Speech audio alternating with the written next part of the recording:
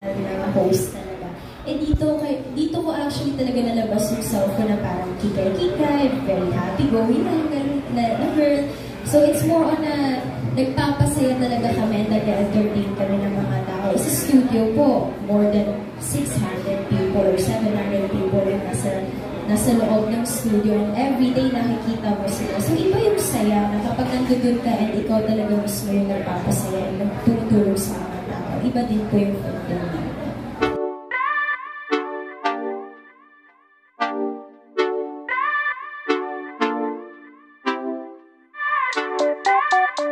Kamusta si Willie nakaprovide? Okay po cover si Kuya Will. And it's been week pa lang, pero nung nagpo-prepare na kami, mga 2 months na rin kasi kami nagpo-prepare. Katulad nung nagkaroon kami ng grand launch sa New Frontier, okay po siya, very hands-on, sobrang like, pag-work talaga is super nakatutok talaga siya, so. Thank you. Yung una, kasama ko sila, T-Queen, nag-audition kami, may mga kasama rin ako yung mga Vivo Max.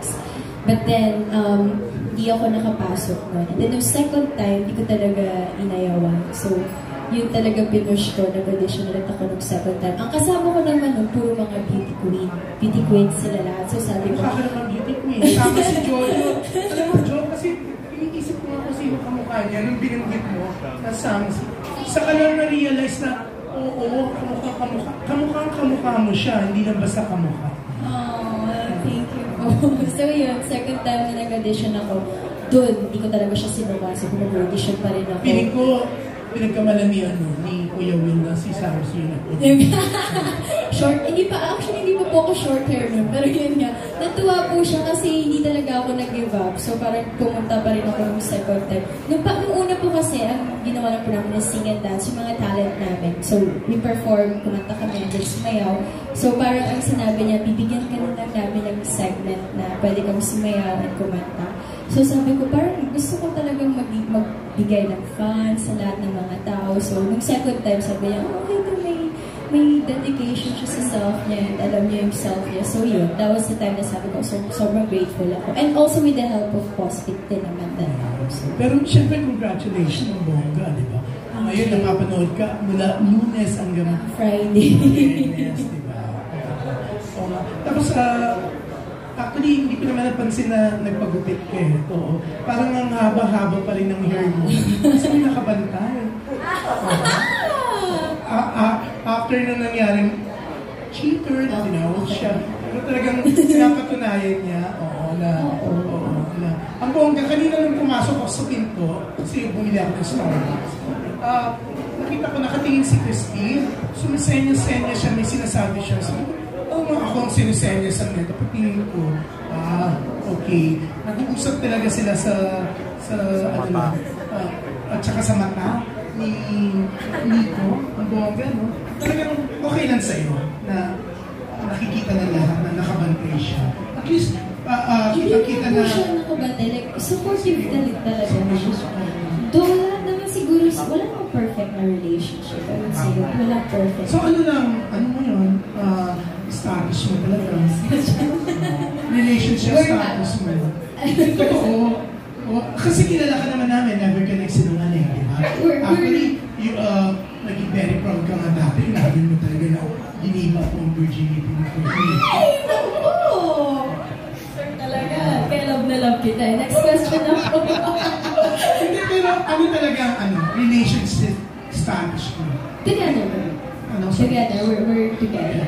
We're happy. Pinatawad mo na siya? Pinatawad namin ng isa't isa.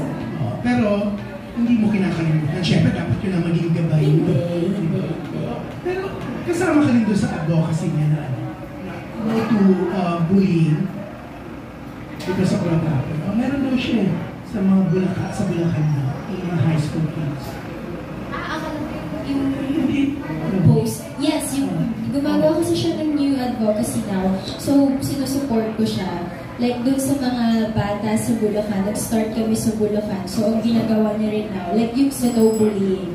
Tapos, since nagba-basketball siya, parang nakikipag-bond din siya dun sa mga bata nasa Bulacan muna yung target niya right now, tapos ibang places na after.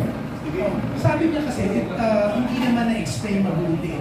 Na-bully siya, na-bash siya, na ang reaction ng mga tao. Hindi naging malinaw na yung cheating na yun, nung nagsisimula pala yung relasyon mo. Pero nung naging serious kayong dalawa, never daw siya nag-cheat sa'yo. Oo naman. Lalo na kasi yung pinalatan niya sa Canada, with the family. I love you so much. Maganda rin kasi yung na-explain, di ba? Kasi sabi niya, doon kasi mabilisan, hindi nagkaroon ng chance na tapos yun nga, puro bashing na inabot niya, binuli siya, hindi niya na-explain na tama, di ba? Hindi nabigyan ng chance na ma-explain. And syempre yung mga tao, they would think naman kahit anong gusto sabihin nila, sasabihin nila sa'yo, lalo na we're in a public figure. So, as of now, masasabi ko lang po is we're working on it, we're together, we're happy, and we're doing great, binabalik namin yung relationship namin. So, yun naman sa relationship, up, down, walang perfect na relationship. Ang bongga, di ba? Pero siya nga, kaskasero. Kasi yung kotse niya, ano yun? Sports car din yung car niya, Lexus eh. Super kaskasero. Super kaskasero. Nagsasabihan mo siya.